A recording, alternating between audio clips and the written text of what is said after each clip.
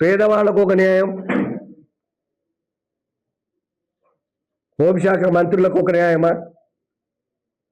చేసిన తప్పు ఏదైనా ఒకటే కదా, దాన్ని తప్పుగా ఎందుకు భావించట్లేదు?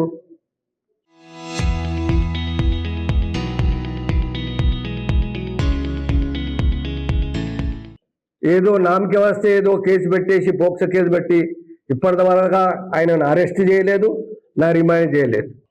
బండి సంజయ్ తనయుడు బండి సాయి భగీరథ్ ఒక మైనర్ అమ్మాయిని అన్ని విధాలుగా అత్యాచారం చేసి ఆ అమ్మాయిని హింసపెట్టి వారి యొక్క తల్లిదండ్రులు పోలీస్ స్టేషన్లో అమ్మాయి తల్లిదండ్రులు పోలీస్ స్టేషన్లో అప్లికేషన్ ఇస్తే ఇంతవరకు అది ఎక్కడున్న అప్లికేషన్ అక్కడే ఉన్నది. బండి సంజయ్ కేంద్ర హోంశాఖ మంత్రి కాబట్టి మరి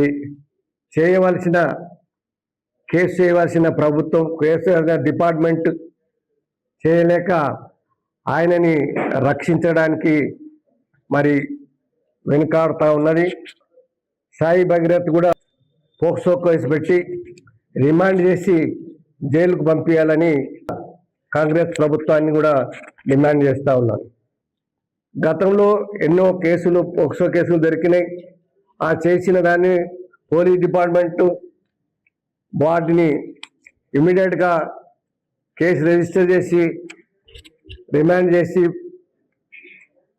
జైల్లో వేసిన పరిస్థితులు కాబట్టి ఒక లారీ డ్రైవర్ ఒక అమ్మాయిని ఈ రకంగా మరి అరాచకం చేస్తే మరి ఈ రకంగా ఆ రోజులలో ఆయనని ఇదే పోలీస్ డిపార్ట్మెంట్ షూట్ చేసి చంపేయడం జరిగింది.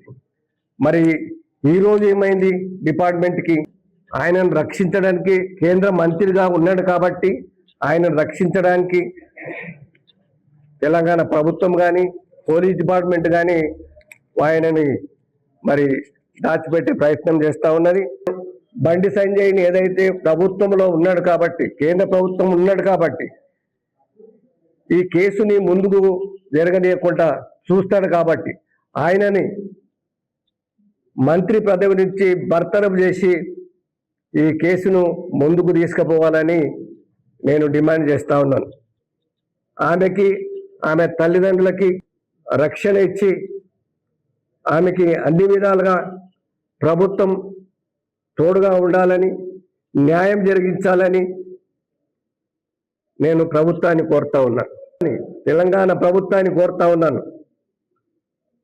ప్రజాపాలన అని చెప్పి మరి ఈ రకంగా ప్రజలను రక్షించే మీరే పట్టించుకోకపోతే ఈ దేశంలో, ఈ తెలంగాణ రాష్ట్రంలో ఎవరు పట్టించుకుంటారు?